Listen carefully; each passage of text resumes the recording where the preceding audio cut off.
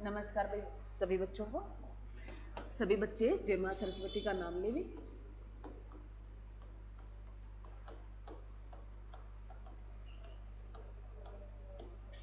क्या पढ़ रहे हैं मेरे बच्चों?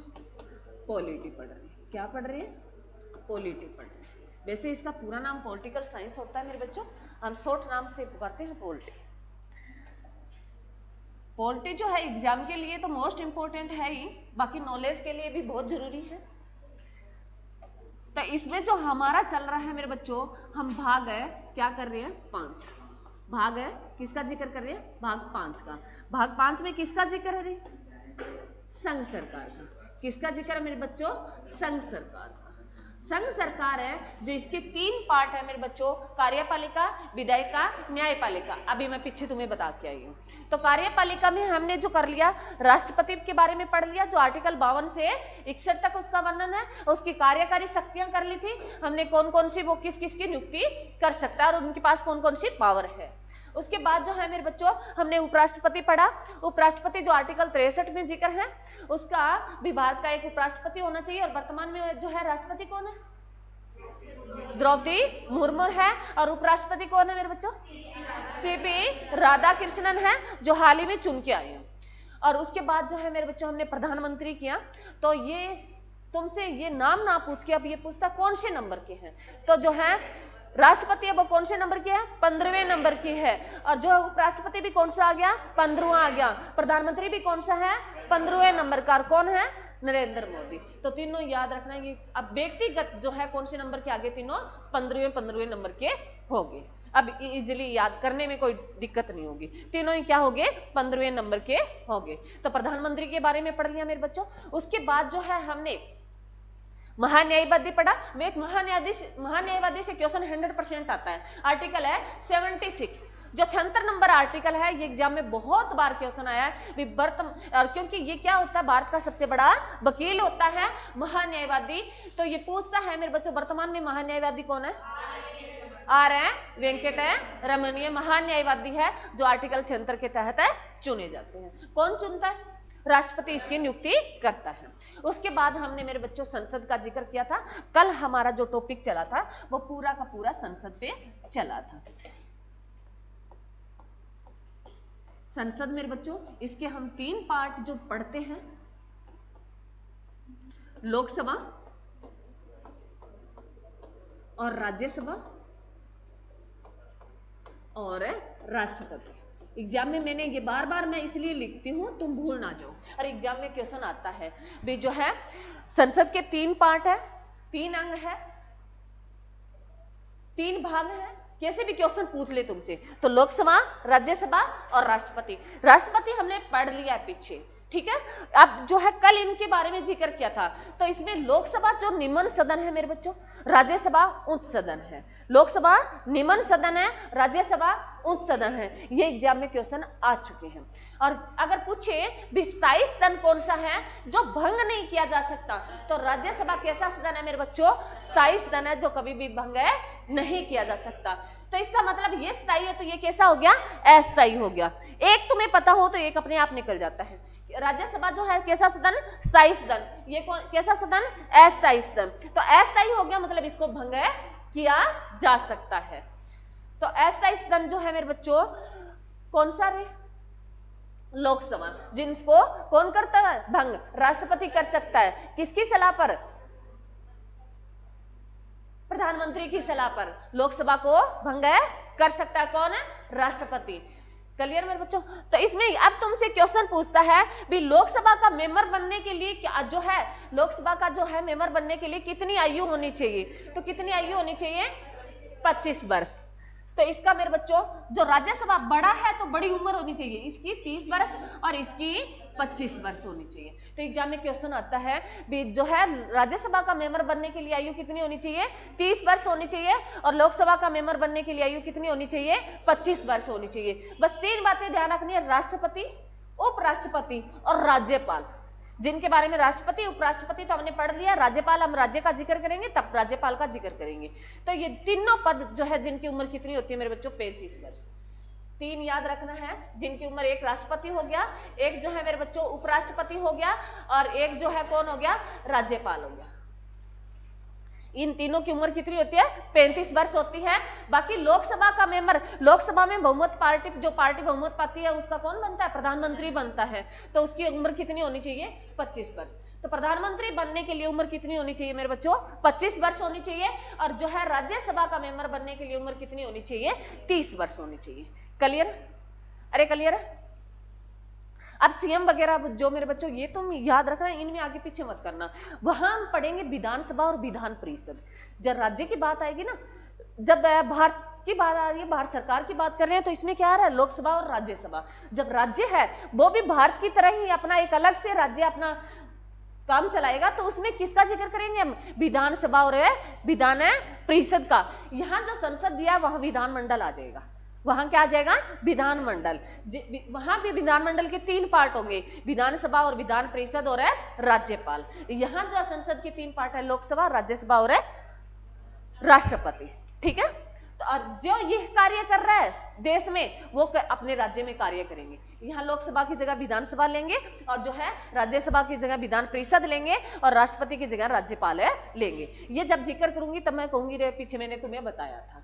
ये बात इसलिए मैंने बताई है तुम्हें, ताकि याद रहे आगे चीजें। उसके बाद मेरे बच्चों इनमें से क्वेश्चन पूछता है भी सबसे ज्यादा लोकसभा सीटें जो है, पहले तो मैक्सिमम पूछता है भी लोकसभा में मैक्सिमम सीटें कितनी है मेरे बच्चों, 550 हो सकती है, परंतु वर्तमान में कितनी है मेरे बच्चों, 543 है। याद रखना कितनी है मेरे बच्चों, 543 है।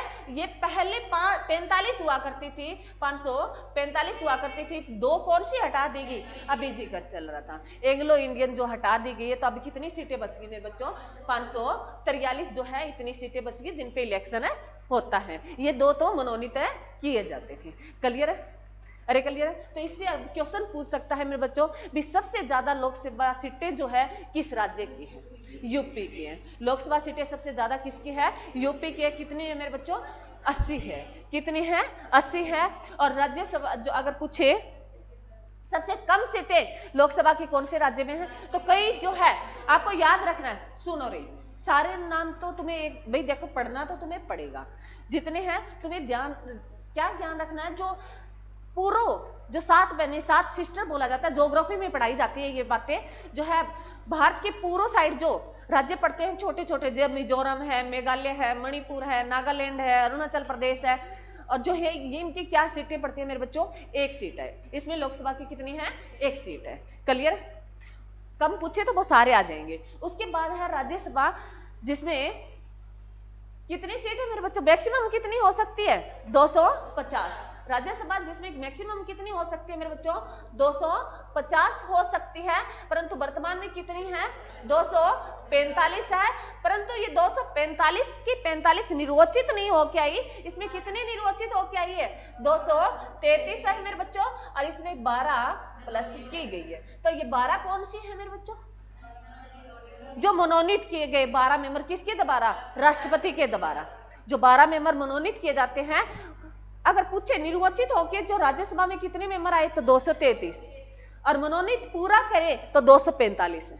राज्यसभा में जो सीटें हैं अभी फिल है वो 245 फिल है, जिसमें 233 क्या है, निर्वाचित है, और 12 क्या है, मनोनीत है। अब तुम्हें समझ में आया, 12 जो राष्ट्रपति मनोनीत करता है, और ये कंसेप्ट हमने आयरलैंड से लिया था, एग्जाम में भर के आया है सब, याद रखना, ठीक है। अरे क्लियर। उसके बाद जो है मेरे बच्चों, अब पूछता है भी मैक्सिमम जो सबसे अधिक सीटें राज्यसभा की कौन से राज्य में है, तो यूपी में है। लोकसभा की मैक्सिमम सीटें सबसे ज्यादा किस राज्य में है, तो यूपी की है। लोकसभा सीटें 80 थी, और जो राज्यसभा सीटें कितनी है, 31 अरे 31 है। हाँ, अगर कम पूछे तो 3 ही राज्य आते हैं इसमें, कौन से, मिजोरम, नागालैंड और सिक्किम, जिनकी क्या है मेरे बच्चों, 1 सीट। क्लियर है, क्लियर है, ये हमने कल कर लिया था। उसके बाद जो हमने किया था मेरे बच्चों, कौन से आर्टिकल पे चले थे, 100 जो आर्टिकल है, लिखो, आर्टिकल हम पहुंच गए थे 100 पे। आर्टिकल मैं दोबारा लिख रही हूँ, 100, जिसमें क्या था, हाँ, संसद की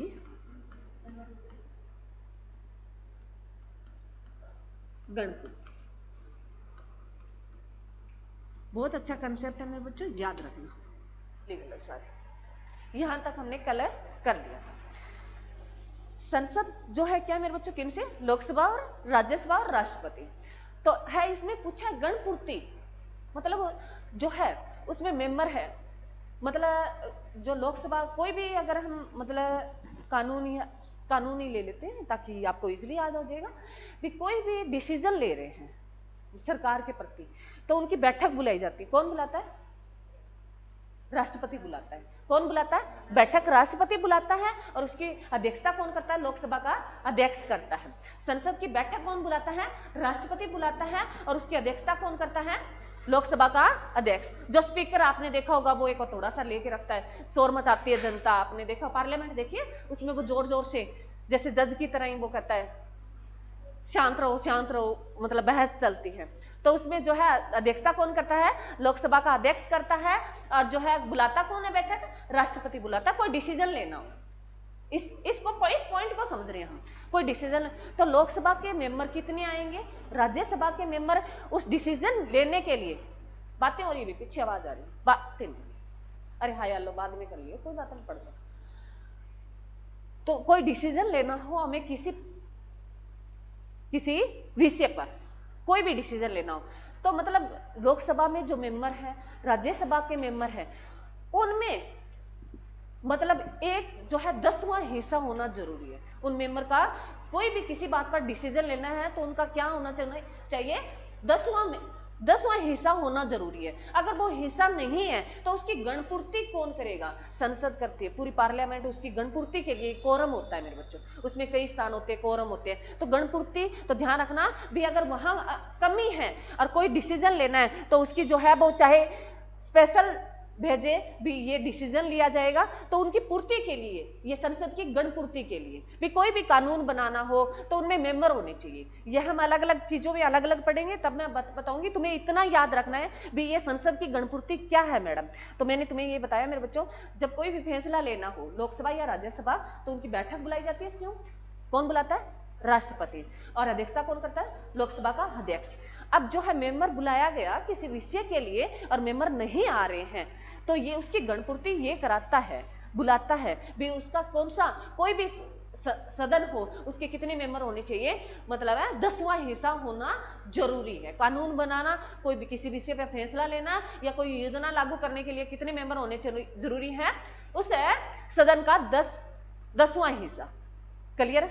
उसकी गणपूर्ति कौन करता है? संसद करती है। क्लियर? अरे क्लियर है या नहीं है? बताओ रे, क्लियर है? गणपूर्ति करता है, मतलब कोई डिसीजन लेना हो उसमें। चलो आगे आर्टिकल है 101, और ये एग्जाम में सीधा पूछा गया है। आर्टिकल 100 जो है ये पीछे एग्जाम में पूछा गया है भी, आर्टिकल 100 में किसका जिक्र है? संसद की गणपूर्ति का है। आगे लिखो आर्टिकल 101, आर्टिकल है 101। आर्टिकल 101 कहता है मेरे बच्चों कि कोई एक व्यक्ति दोनों सदनों का मेंबर नहीं हो सकता। लिखो आर्टिकल 101 में बात लिखी गई है भी, लोकसभा का अगर वो मेंबर है तो राज्यसभा का नहीं हो सकता। लिखो कोई भी व्यक्ति दोनों सदनों का सदस्य नहीं हो सकता। ये नहीं है वो फिर लोकसभा की बात आती है तो लोकसभा में चला जाता है, फिर राज्यसभा में। तो कोई एक व्यक्ति दोनों सदन में नहीं हो सकता, एक में ही रहेगा। अगर वो लोकसभा का है तो लोकसभा में रहेगा, राज्यसभा का तो राज्यसभा में रहेगा। क्लियर मेरे बच्चे? अरे क्लियर है? चलो आगे लिखो आर्टिकल है 100।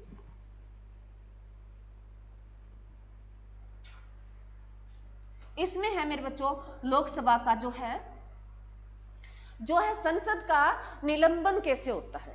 संसद का निलंबन का जिक्र किया गया है आर्टिकल है 102 में।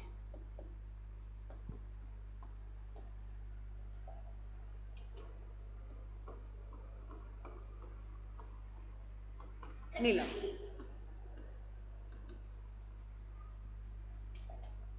अब जो इनकी योग्यता में पढ़ क्या हैं भी लोकसभा और राज्यसभा का मेंबर बनने के लिए, उसमें पहले ही हमने क्या पढ़ा था, वो दिवालिया ना हो। और इसमें निलंबन हो, क्यों निलंबन क्यों करते हैं, उसको उठाया क्यों जाता है, वो दिवालिया हो गया हो, पागल हो गया हो तो उसको हटा दिया जाता है। पहली लाइन लिखो, वह है पागल या दिवालिया हो जाने पर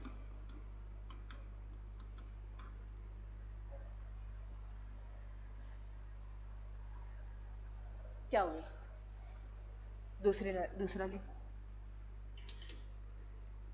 दूसरा है मेरे बच्चों, वो 2 वर्ष तक कारावास है, जेल जो है काट चुका, 2 वर्ष तक कारावास में रह चुका, वह है 2 वर्ष तक कारावास में रह।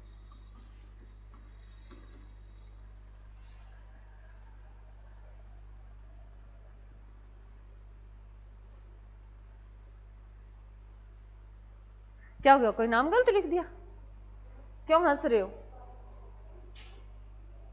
अरे या तो रीजन बताओ या फिर हंसो मत, फिर मेरे मन में ऐसे हो जाता है भी कोई बात तो थी, गलत नाम लिख दिया तो फिर हंस क्यों रहे हो, क्लास चल रही है, हंसना गलत बात है, और बड़े बच्चे हो तुम्हें बार बार ना कहना पड़े, ये भी बात जाएगी। तो मेरे बच्चों को क्या हो चुका है, या तो वो पागल व दिवालिया हो गया हो, या वो 2 वर्ष तक है कारावास काट चुका हो, या फिर वो व्यक्ति 60 दिन से लगातार पार्लियामेंट में अनुपस्थित है, मतलब वो हाजिर नहीं हो रहा है, वहां आ नहीं रहा है, तो उसको उसका जो है संसद की जो है योग्यता है वो छीनी जा सकती है, उसको निलंबन किया जा सकता है। लिख लो ये भी लाइन, तीसरे नंबर पर लिखो।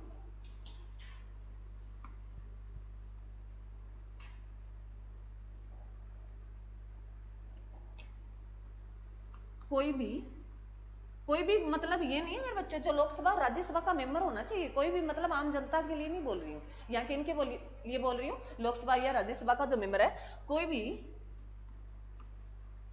व्यक्ति जो 60 दिन से और बिना सूचित किए हुए, ऐसे नहीं है अभी सूचना नहीं दी और 60 दिन से वो क्या है, 60 दिन से अनुपस्थित है, कहां अनुपस्थित है, संसद में,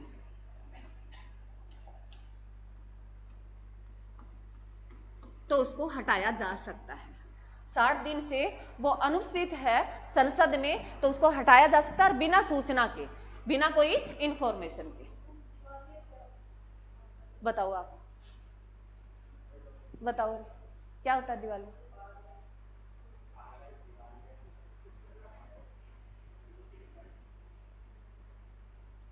क्या होता है भैया, तो बता, दिवाली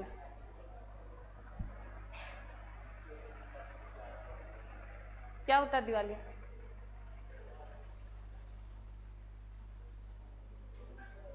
बताओ रे, अच्छा टॉपिक है, अच्छी बात है, क्या मानसिक रूप से स्वस्थ ना हो और वो पागल हो गया, दिवाली अलग होता है। चल भैया नत बता,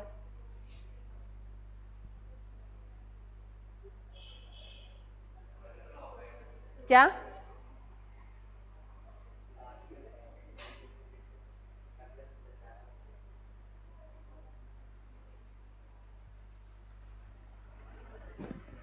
क्या सही है, यही होता है मेरे बच्चे, जो उसकी मानसिक स्थिति ठीक ना हो, दोनों एक ही कंसेप्ट है, तुम्हें इतना सेंस हो तो मैंने इसमें हाइपर लगाया, अभी दोनों में से एक ही बात है, दोनों वो मानसिक स्थिति उनकी सही ना, तो जो है वो दिवालिया हो जाता है।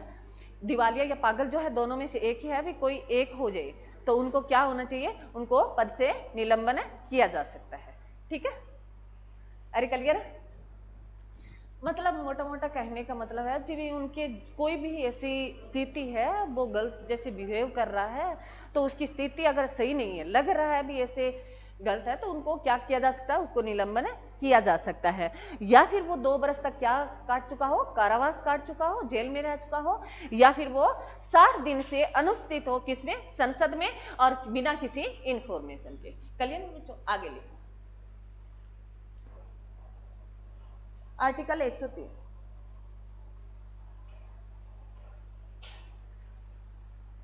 आर्टिकल है 103।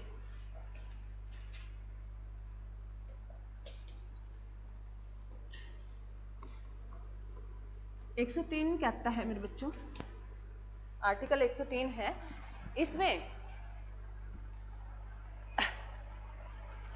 जो राष्ट्रपति है वो एमपी को अपने पद से हटा सकता है, किसकी सलाह पर, किसके कहने पर, मुख्य जो आयुक्त है निर्वाचन का, मुख्य निर्वाचन आयुक्त की सलाह पर है, जो किसका पद समाप्त कर सकता है, एमपी का। लिखो लिखो, पूरी लाइन लिख लो। राष्ट्रपति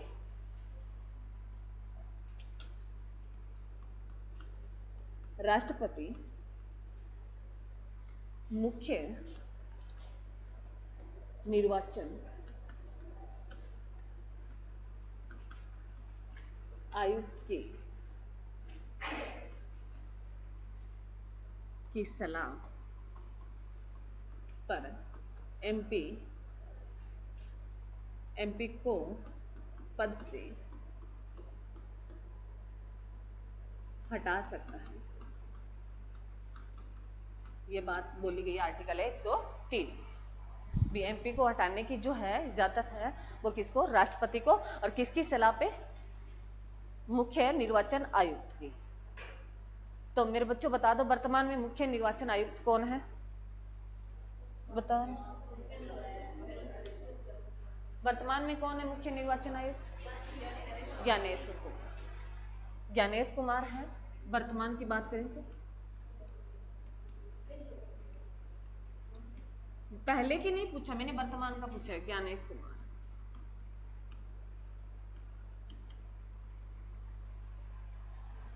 वर्तमान में जो मुख्य निर्वाचन आयुक्त है, जो मेरे बच्चों निर्वाचन आयोग जो है, इसका जिक्र करेंगे हम आर्टिकल 324 के तहत, आगे पढ़ेंगे, इसके बारे में जानेंगे जो है। क्लियर है मेरे बच्चों, अरे क्लियर है। ये थे मेरे बच्चों संसद से संबंधित जितनी भी बातें थी, मेन पॉइंट, सारे आर्टिकल हमने टू जेड नहीं लिखे, परंतु कुछ एक है तुम्हें इनकी जानकारी होनी चाहिए। और इतना ही मतलब है जो है, ये एग्जाम में इंपॉर्टेंट नहीं है, परंतु थोड़ा जानकारी के लिए, जैसे निलंबन का है मोस्ट इंपॉर्टेंट है, आर्टिकल जो 102 है भी, जैसे संसद का जो निलंबन है वो किसके आधार पर किया जाता है, या तो वो पागल हो गया हो, या वो 2 वर्ष तक क्या रह चुका हो, जेल में रह चुका हो, या फिर वो 60 दिन से अनुपस्थित नहीं हो रहा हो। तो ये क्वेश्चन तुम्हारे कैसे आ सकते हैं, स्टेटमेंट के आ सकते हैं। कैसे आ सकते हैं, ये लाइनें स्टेटमेंट में आ सकते हैं भी, इनमें से कौन सी सही है या कौन सी नहीं है। क्लियर मेरे बच्चों।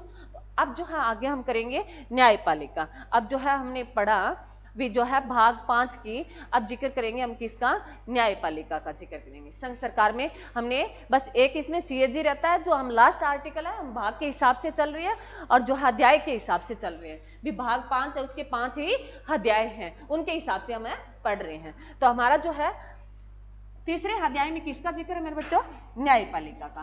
किसका है, भाग 5 के तीसरे अध्याय में किसका जिक्र है, राष्ट्रपति का। दोबारा बोलो, विधायी शक्तियां, राष्ट्रपति की विधायी शक्तियां, ये तो हमने पढ़ ली थी।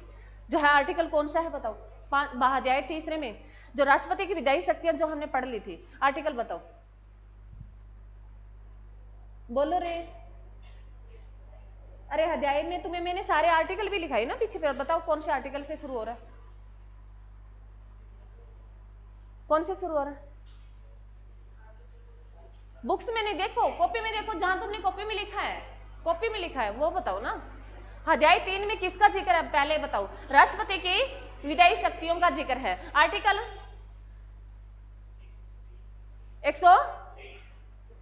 123 का जिक्र है। ये मैंने तुम्हें 7 ही बताया था मेरे बच्चों। तो इसका मतलब जो है न्यायाधीश का जो चौथे भाग है, ठीक है ठीक है, तुम्हारा कहने का जो मैं ही नहीं समझी, तुम जो कहना चाह रहे हो, ठीक है वो लिखो। चलो तीसरा भाग जो है लिखो। तीसरे अध्याय में किसका जिक्र है? राष्ट्रपति अध्यादेश का जिक्र है, राष्ट्रपति के अध्यादेश का जिक्र है। ठीक है, ठीक है, अध्यादेश का जिक्र है। ये मैंने तुम्हें साथ ही बता दिया था मेरे बच्चों, उस टाइम में तुम्हें याद नहीं है, कोई बात नहीं, लिख लो, दोबारा लिख लो। आर्टिकल कितना है? 123। आर्टिकल कितना है? 123। अध्यादेश क्या होता है बताओ? मैंने बहुत बार बताया, बहुत अच्छी बात है, और ये क्वेश्चन भी आता है, ये क्वेश्चन भी आता है। ये मैंने तुम्हें उस टाइम अध्याय करवा रही थी ना, तो मैंने करवा दिया था, परंतु कोई बात नहीं, भी अध्याय के हिसाब से तुम सही हो। राष्ट्रपति पूछे तुमसे भाग नंबर 5 के तीसरे अध्याय में किसका जिक्र है? राष्ट्रपति के अध्यादेश का जिक्र है, राष्ट्रपति के अध्यादेश का जिक्र है। और अध्यादेश क्या होता है मेरे बच्चों? सुन लो, कोई बात नहीं। आर्टिकल 123 में बोला गया है, ये जो है क्या होता है, मैंने कहा कोई डिसीजन लेना हो सरकार को, क्या लेना हो, कोई कानून बनाना हो और तुरंत फैसला लेना हो, उस कानून के लिए पूरी जितनी मेंबर पारित करने के लिए जितना चाहिए, तुरंत आज डिसीजन लेना है हमें, तो राष्ट्रपति के पास आर्टिकल 123 के तहत इतनी पावर है कि वे तुरंत डिसीजन ले सकता है, जो अध्यादेश जारी कर सकता है। परंतु यह अध्यादेश कितने महीने चलेगा? 6 महीने चलेगा। 6 महीने के अंदर वो लोकसभा और राज्यसभा में पारित नहीं होता है, तो उस कानून को क्या किया जा सकता है? समाप्त किया जा सकता है। ये बात मैंने तुम्हें जब ये करवाया था मेरे बच्चों, उस टाइम मैंने तुम्हें बता दी थी। हाँ, मेरी गलती है, मैंने वो अध्याय के हिसाब से जो तीसरा मेरे को ध्यान नहीं रहा। क्लियर है? ये क्लियर है मेरे बच्चों?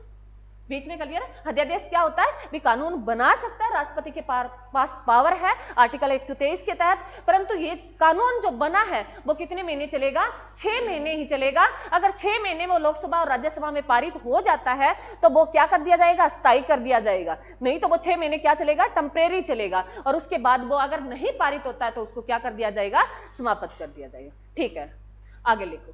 भाग है 5 का चौथा अध्याय। ठीक है, अच्छी बात है, बहुत अच्छी बात है, तुमने ध्यान रखा। भाग 5 का चौथा अध्याय, चौथा अध्याय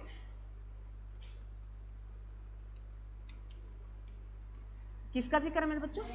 न्यायपालिका। एग्जाम में मैंने ये अध्याय इसलिए साथ लेके चलती हूँ, ये क्वेश्चन बने हुए हैं पीछे मेरे बच्चों। न्यायपालिका का जिक्र है, तो हम संसद की बात करें, यहाँ न्यायपालिका में किसका जिक्र करेंगे? सुप्रीम कोर्ट का। किसका जिक्र करेंगे? सुप्रीम कोर्ट का, सर्वोच्च न्यायालय।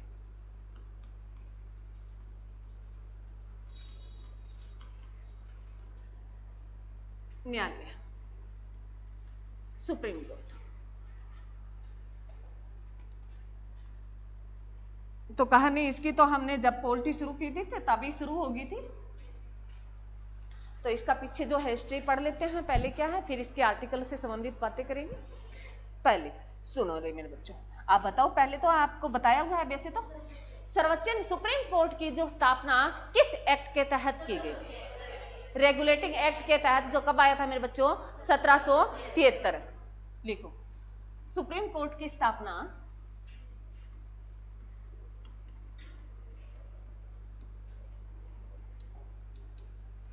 1773 के 74 में की गई थी। एक्ट तो कौन सा था? किस एक्ट के तहत? 1773 के रेगुलेटिंग है, अरे रेगुलेटिंग, ठीक है, रेगुलेटिंग है एक्ट के तहत की गई थी, जो है इसकी स्थापना 1773 के रेगुलेटिंग एक्ट के तहत की गई थी। एक्ट कौन सा? एग्जाम में क्वेश्चन आया है, भी सुप्रीम कोर्ट की स्थापना किस एक्ट के तहत की गई थी? तो 1773 का रेगुलेटिंग एक्ट था, और स्थापना जो है इसकी प्रॉपर तरीके से हुई थी वो 1774 में, मतलब इस जो है स्थापित कर दिया गया था 1774 में। एक्ट पूछे किस एक्ट के तहत है, तो 1773 का रेगुलेटिंग एक्ट के तहत की गई थी। और इसकी स्थापना जो है मेरे बच्चों कहाँ की गई थी? कहाँ की गई थी? कोलकाता। कोलकाता में। कोलकाता जो है किसकी राजधानी है मेरे बच्चों? वेस्ट बंगाल की। कोलकाता जो है किसकी राजधानी है? वेस्ट बंगाल की। और कोलकाता कौन सी नदी के किनारे है? हुगली नदी के किनारे। कोलकाता जो कौन सी नदी के किनारे है? हुगली नदी के किनारे बसा हुआ शहर है, क्योंकि यहाँ अंग्रेज जो है सबसे ज़्यादा वेस्ट बंगाल ये वाले एरिया में जो है राज करके गए, और सबसे ज़्यादा पहले उन्होंने यहाँ ही कोलकाता में अपनी कोठी स्थापित की थी, और यहाँ से ही वो सारा सिस्टम पूरे वेस्ट बंगाल पे जो है अपना कब्जा, वेस्ट बंगाल है, बांग्लादेश है, वहाँ अपना पूरा कब्जा करके और फिर पूरे भारत में वो फैले थे। तो उन्होंने वहाँ सुप्रीम कोर्ट की स्थापना की, किस एक्ट के तहत की थी? 1773 के रेगुलेटिंग एक्ट के तहत की थी। और कब की थी? 1774 में की थी। क्लियर मेरे बच्चों? तब इसमें जजों की संख्या क्या थी सुप्रीम कोर्ट में? उसमें जजों की संख्या क्या थी?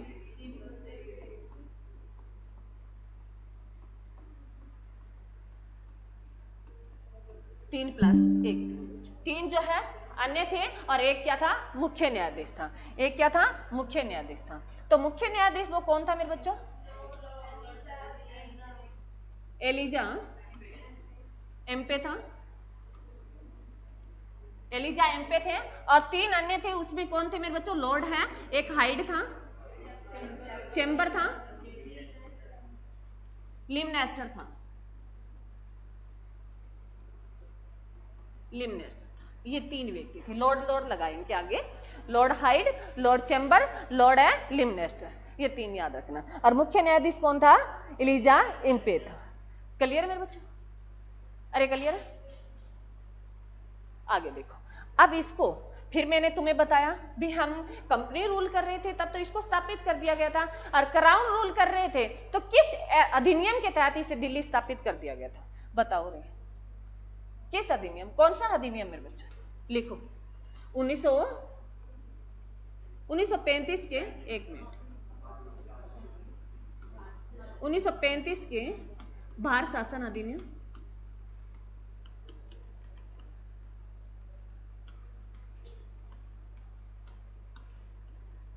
अधिनियम के तहत सुप्रीम कोर्ट को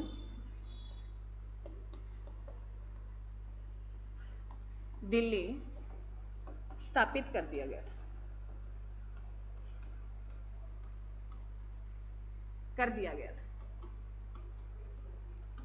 और दिल्ली में मेरे बच्चों इसको कहाँ रखा? हाँ, इसको दिल्ली में कहाँ रखा था? दिल्ली में इसे राष्ट्रपति भवन, क्योंकि सुप्रीम कोर्ट बना नहीं था तो इसे कहाँ ठहराया? राष्ट्रपति भवन में। तो दिल्ली में इसे राष्ट्रपति भवन जो है मेरे बच्चों कब किया गया? दिल्ली कब लाया गया? 1937। दिल्ली कब लाया गया? 1937 में। अधिनियम कौन सा था? 1935 का भारत शासन अधिनियम था। क्लियर मेरे बच्चों? अरे क्लियर है?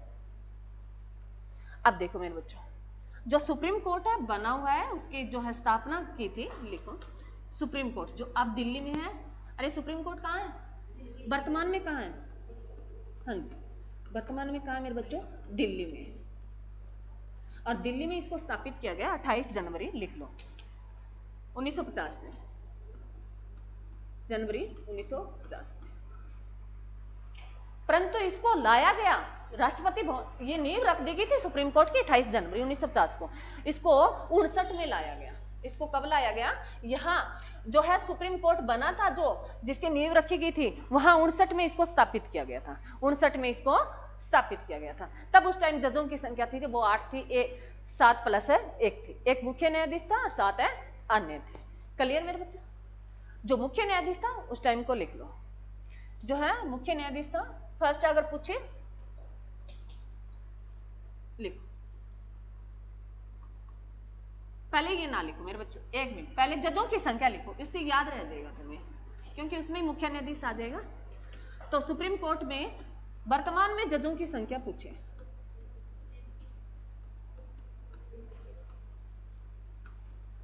इस टाइम जब स्थापित किया गया तब जजों की संख्या थी 7 + 1। वर्तमान की अगर बात करें, वर्तमान में जो है जजों की संख्या कितनी है मेरे बच्चों? ये 33 + 1 है। ये 2019 से अभी तक है स्थित है। 2019 के बाद इसमें कोई चेंज है नहीं किया गया। 2019 में किया गया था, तब उस टाइम जो है इससे पहले कितने थे? 31 थे, 2 और किए गए थे उसमें, जो 31 थे, 3 प्लस और किए गए थे, 34 हो गए। अभी अब जो है जजों की संख्या कितनी है मेरे बच्चों? 33 + 1 है। क्लियर है मेरे बच्चों? इतना क्लियर है? 19 से अभी तक इसमें कोई चेंज नहीं हुआ है, इतना याद रखना, ठीक है। चलो अब लिखो, वो 1 लीनियर क्वेश्चन बनते हैं आपके, वो पहले लिख लो। तो जो है पूछता है भारत का फर्स्ट मुख्य न्यायाधीश, भारत का फर्स्ट मुख्य न्यायाधीश कौन था मेरे बच्चों? हरिलाल, हरिलाल है मेरे बच्चों। हीरा कई जगह, सुन लो ये भी फैक्ट है, कई जगह तुम्हें हरि देगा, कई जगह तुम्हें क्या देगा? हीरा लाल देगा। तो ये हरिलाल है, कई जगह हरिलाल भी लिखा है और कई जगह हीरा लाल, जो भी कोई बात नहीं, मेरे को कोई वो दिक्कत नहीं है तुम्हें, परंतु तुम्हें ही दिक्कत हो जाती है नाम के पीछे, मेरे को कोई दिक्कत नहीं है। जो है हीरा लाल लिख लो, कोई बात नहीं। हीरालाल जे कानिया मेरे बच्चे, हीरालाल जे कानिया। और इसका नाम जे का है, जेकी जो है इसका कुछ नाम है, इसे जेकी सुना कातरा है, क्या पता, ऐसा कुछ नाम है, जे से नाम निकलता है, जेकी कुछ ऐसा है। तो इसे याद रख लेना, शॉर्ट जितना शॉर्ट तुम याद रखोगे इजिली याद रह जाता है, तुम्हें नाम से क्या लेना देना है, याद रह जाए हीरालाल या हरिलाल। जे कानिया है, तो तुम्हें ये कंफ्यूजिंग नहीं हो, ये तुम कोई बुक पढ़ रहे हो या कहीं सर्च कर रहे हो तो तुम्हें ये ना हो भी वहां मैडम ने हीरालाल लिखा है या हरिलाल लिखा है, तुम करते हो, मेरे को कोई दिक्कत नहीं। क्लियर है? चलो तो वर्तमान में बता दो, ये कौन से थे मेरे बच्चों? फर्स्ट थे। तो वर्तमान में कौन से नंबर के हैं? कौन से नंबर के हैं चल रहे जो बैठे हैं अभी? 52वें नंबर के। तो यहां लिख देते हैं जो है 52वें नंबर के, 52वें नंबर के कौन है मेरे बच्चों जो वर्तमान में पद पर है? BR गवई। जो इसका पद जो है कब तक चलेगा? 26 नवंबर तक। और अभी हाल ही में ये चुने गए थे, 23 मई कुछ 13 मई था शायद, 13 मई 2025 को ये आए थे। इसकी कंडीशन होती है मेरे बच्चों, ये वरिष्ठतम, सुन लो ये भी हमारे संविधान में कहीं नहीं लिखा भी जो है सुप्रीम कोर्ट का मुख्य न्यायाधीश जो बनेगा वो वरिष्ठतम नागरिक बनेगा, परंतु ये एक फैक्ट रहा है, अभी तक जितने भी बने हैं वो कौन बने हैं? वरिष्ठतम है न्यायाधीश ही बना है। भी जो मुख्य न्यायाधीश से नीचे जो छोटा, उससे नीचे वाला पद होता है वो वरिष्ठतम क्या होता है? न्यायाधीश होता है, और उसको पद दिया जाता है। और इनकी एक कंडीशन होती है, इनका एज का वो नहीं है भी कितनी बरस होनी चाहिए, इनका एज का ऐसा लिमिट है भी लास्ट कितनी होनी चाहिए, तो 65 बरस होनी। सुप्रीम कोर्ट का अगर न्यायाधीश रहना है, भी मुख्य न्यायाधीश रहना हो चाहे न्यायाधीश रहना हो, तो वो कितना होता है मेरे बच्चों? 65 वर्ष तक होता है। कितना होता है? 65 वर्ष तक। ये लाइन मैं आगे लिखा दूंगी, अभी ना नोट करो, मैं लिखा दूंगी। तो 65 वर्ष तक होता है। और हाई कोर्ट का 62 वर्ष तक होता है। हाई कोर्ट का क्या होता है मेरे बच्चों? 62 वर्ष का होता है। क्लियर है? तो अब जो है, क्योंकि अब जो करंट का आ गया है तो लिख ही लेते हैं मेरे बच्चों। अब जो है वर्तमान में जिसकी नियुक्ति हो जाएगी, अभी तुम्हारा कोई एग्जाम नहीं है, और हो सकता है एग्जाम हो जाए और कोई बार पुराना क्वेश्चन उठा लेता है, तो तुम्हें दोनों बातें ध्यान रखनी है। वर्तमान दे दे, क्वेश्चन दे दिया, अभी वर्तमान में मुख्य न्यायाधीश कौन है, और 4 मुख्य न्यायाधीशों के नाम दे दिए, और उसमें जो है अब मैं 53वां लिखा रही हूं, वो नाम ही ना हो तो BR गवई पर जाना होता है। वर्तमान नाम दे दे क्वेश्चन में और तुमसे पूछ ले, तो मेरे बच्चों जो हाल ही में चेंज हुआ है तो वो इतना कई बार अपडेट नहीं होता, तो तुम्हें ध्यान रखना है वहां ये नहीं होता, हम छोड़ के आएंगे तो नंबर जाएंगे वैसे भी। तो 52वां जो है कौन है? BR गवई है। 53वां जो अब आएगा वो कौन आएगा मेरे बच्चों? सूर्यकांत। कौन आएगा? सूर्यकांत आएगा 53वें नंबर का, जो हमारे हिसार से है मेरे बच्चों, हिसार के पेटवाड़ से, हिसार के पेटवाड़ से। तो याद रखना ये हरियाणा जीके के लिए मोस्ट इंपोर्टेंट है। हिसार के पेटवाड़ जो है ये हरियाणा जीके के लिए मोस्ट इंपोर्टेंट है, और इंडिया जीके में क्या इंपोर्टेंट है? 53वां कौन है, ऐसे तुम अपडेट रखा करो। क्लियर मेरे बच्चों? अरे क्लियर है? अब बताओ मेरे बच्चों 51वां कौन था? हो सकता है वो 51वां पूछ ले, कोई जरूरी नहीं है 52वां 53वां ही पूछे। तो 51वां कौन था? कौन था? संजय खन्ना। 50वां कौन था? DY चंद्रचूड़। तो तुम्हें 50 से अब 53 तक याद रखने। चौमनुआ भी नाम आ चुका है न्यूज़पेपर में, तो चौमनुआ भी आ चुका है। क्योंकि क्यों उसको एस्टिमेट लगाया जा रहा है? क्योंकि अब वृषम जो नागरिक, जो महिला आएगी, पहली महिला आएगी, जो कौन आएगी? नागरत्ना है शायद। नागरत्ना नहीं है, नागरत्ना है शायद, तो याद रखना, ठीक है? अरे क्लियर है? क्या हो गया? चंद्रचूड़ है मेरे बच्चों, चंद्र है, चूड़ है।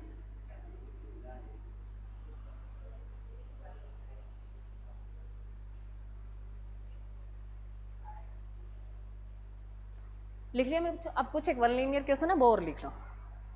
अगर पूछ ले सबसे लंबे समय तक रहने वाला मुख्य न्यायाधीश, भारत का सबसे लंबे समय तक रहने वाला सीजीआई कौन है मेरे बच्चों?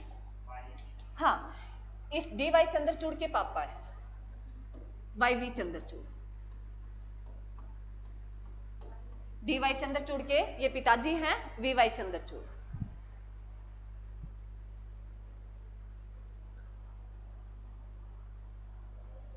और पहली महिला न्यायाधीश पूछे, अभी तक मुख्य न्यायाधीश तो बनेंगी, अभी तक बनी नहीं है। भारत की पहली महिला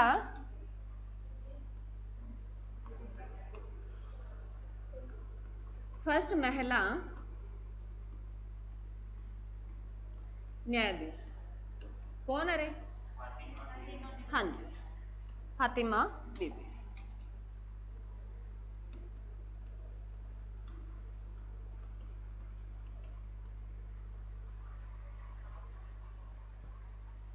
फातिमा बीबी, क्लियर? लिख लिया मेरे बच्चे?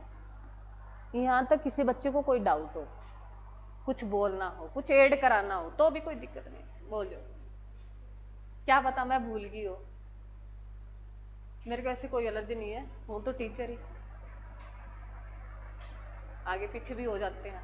मैं तुम्हें हमेशा बताती हूँ भाई, मैं बहुत सारी चीज़ें आगे पीछे कर देती हूँ, मेरा दिमाग बाद में काम करता है, फिर मेरे को लगता है ये सही था तो बच्चे को बताना चाहिए। बोल जाओ, करवाना है कुछ ऐड इसमें? हाँ, एक जो है इसका आर्टिकल, जो मेरे बच्चों कौन से आर्टिकल में जिक्र है? अनंत कुछ बोलना चाह रहा है? बाकी बच्चे भी? आर्टिकल जो है मेरे बच्चों कौन सा है? 124 लिखो।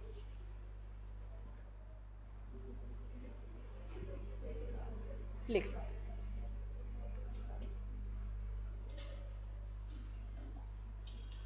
सुप्रीम कोर्ट का जिक्र है मेरे बच्चों, आर्टिकल है 124 में जिक्र है, जिसमें किसका जिक्र है? सुप्रीम कोर्ट का जिक्र है। अभी एक सुप्रीम कोर्ट होगा, उसके मुख्य न्यायाधीश का जिक्र है और न्यायाधीशों के योग्यताओं का जिक्र है। सुप्रीम कोर्ट के जो न्यायाधीश है उनकी योग्यता लिखो, सारी बातें लिख लो। सुप्रीम कोर्ट का जिक्र है, मुख्य न्यायाधीश का जिक्र है, भी एक मुख्य न्यायाधीश भी होगा, और न्यायाधीशों की, सुप्रीम कोर्ट के न्यायाधीशों की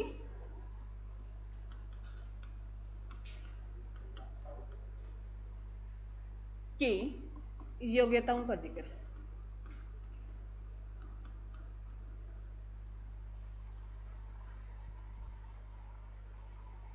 हो गया मेरे बच्चों? क्लियर है? लिखो फिर। कुछ एक तो है जो तुम्हें पता ही है, 2-3 बातें तो होती है तुम्हें पता ही है, 3 तो क्या होना चाहिए? भारत का नागरिक होना चाहिए। पहला क्या है? भारत का नागरिक होना चाहिए।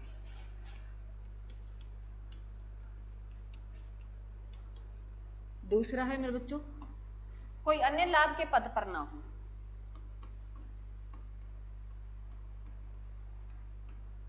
लाभ के पद पर ना हो। उसकी आयु कितनी होनी चाहिए? 65 वर्ष से कम होनी चाहिए। आयु जो है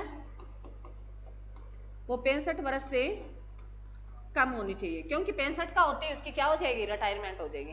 65 वर्ष से कम होनी चाहिए।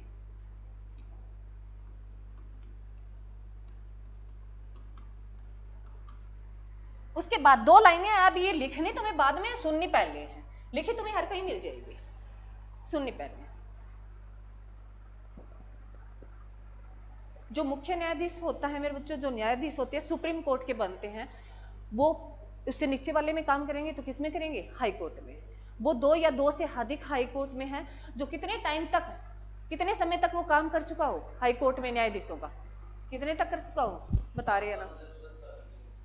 हाँ, 5 वर्ष तक या 10 वर्ष तक। कितने वर्ष तक है? 10 वर्ष तक है। उसमें अगर वो मतलब जो है सुप्रीम कोर्ट का क्या ना, अगर वो न्यायाधीश ना ही रहा हो, परंतु वो किसके रूप में रहा हो? महाधिवक्ता के रूप में। 10 वर्ष तक वो किसके रूप में काम, जैसे सुनो अब तुम्हें ना, महाधिवक्ता क्या है पहले मैं ये क्लियर कर देती हूँ। जैसे महान्यायवादी होता है भारत सरकार में, भारत सरकार का सबसे बड़ा वकील, वैसे ही राज्य सरकार का होता है वकील जो महाधिवक्ता के रूप में। तो ऐसा क्वेश्चन है, इसके बारे में ये लाइनें हैं भी, या तो वो 10 वर्ष तक है, कम से कम 10 वर्ष तक क्या रह चुका हो? महाधिवक्ता के रूप में रह चुका हो, या वो 2 या 2 से अधिक हाई कोर्टों में क्या रह चुका हो? 10 वर्ष तक वो न्यायाधीश के रूप में रह चुका हो। लिख पूरी लाइन लिख। वह कम से कम है 2 या 2 से अधिक हाई कोर्टों में 5 वर्ष तक कार्य कर चुका हो। 5 से 10 जो है, देखो वह कम से कम बताया है, ज्यादा कितना भी हो सकता है, कम से कम 2 या 2 से अधिक, 2 से अधिक है हाई कोर्टों में 5 वर्ष तक कार्य कर चुका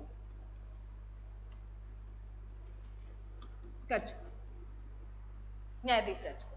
ठीक है, अगला नेक्स्ट है, लिख जो 5वें में लिख लेते हैं, या इसके पीछे लिख दो या 5वां नंबर डाल दो।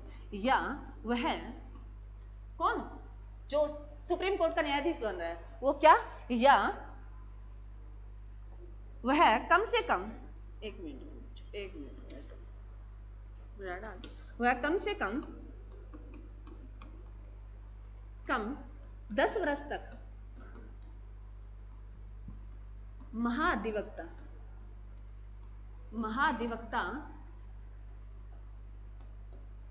के रूप में कार्य कर चुका।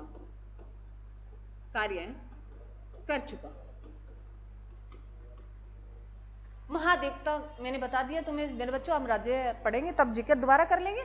जैसे सेंट्रल सरकार का जो सबसे बड़ा वकील होता है, वहां क्या पढ़ते हैं? महान्यायवादी पढ़ते हैं। वैसे ही राज्य सरकार का होता है वकील जो है, जिसको क्या पढ़ते हैं? सलाहकार होता है वो महाधिवक्ता, कानून का सलाहकार।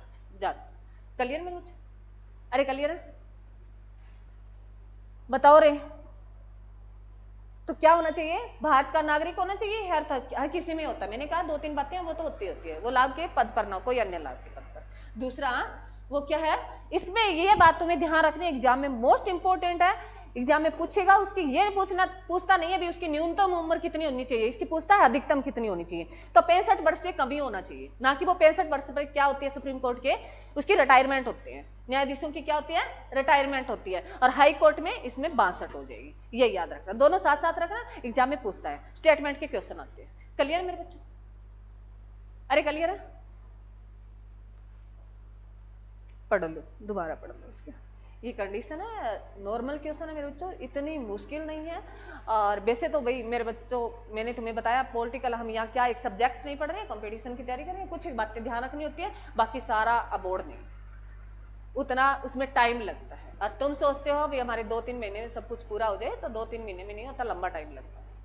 ये बात मैं हमेशा तुम्हें बताती हूँ, और इतना लेके नहीं आते। मैं हमेशा कहती हूँ 40-50% जो चीज़ें देनी होती है बच्चों को डिलीवर करनी होती है, बाकी बच्चा कोई भी बुक्स पढ़ लेना, पढ़ना तुम्हारा काम है। उसके बाद पढ़ते ही आए हो, सारा एनसीईआरटी में लिखा है, अभी तक जितनी बातें हुई है सारी कहाँ लिखी है? एनसीईआरटी, जो 6 से +2 तक। ये था मेरे बच्चों, इससे आगे कुछ रहता है वो हम कल करेंगे, सर आए हुए हैं, तो कल हम जो है ये भाग 5 कंप्लीट कर देंगे। सुप्रीम कोर्ट के बारे में कुछ आर्टिकल रहते हैं वो कर लेंगे, और जो है उसके बाद जो है हम CAG रहता है हमारा, वो कर लेंगे। ठीक है, तो हमारी 20-22 क्लास हो चुकी है, बस 20-22 क्लास होगी, कंप्लीट हो जाएगी। परंतु इतना तुम है ना हमेशा इन्हीं चीज़ों को बार बार रिवीजन, तुम्हें जानकारी होनी चाहिए। अब तुम्हें पूछते हो तब तो तुम्हें आता ही नहीं है, 2-4 बच्चे हैं उनको नॉलेज है, बाकी ऐसे सामने देखते रहते हैं एक दूसरे के। मेरे बच्चों, जब तक तुम नहीं पढ़ोगे तब तक तुम्हें जानकारी नहीं होगी। तुम्हारे एग्जाम के लिए नहीं है, तुम्हें जानकारी के लिए भी ही पॉलिटी पढ़नी चाहिए। इकोनॉमिक्स और पॉलिटी ऐसे 2 सब्जेक्ट है, हिस्ट्री कोई जरूरी नहीं होती। हिस्ट्री इंटरेस्ट वो अलग बात है भी जानना, बाकी कोई जरूरी नहीं। जितनी हिस्ट्री को पढ़ोगे उतने पीछे वाली बातें याद आती रहेगी। तो हिस्ट्री को इतनी जरूरी नहीं होती जितनी पॉलिटी और इकोनॉमिक्स है अपने एक समाज में रहने के लिए जरूरी होती है। Thank you ma'am.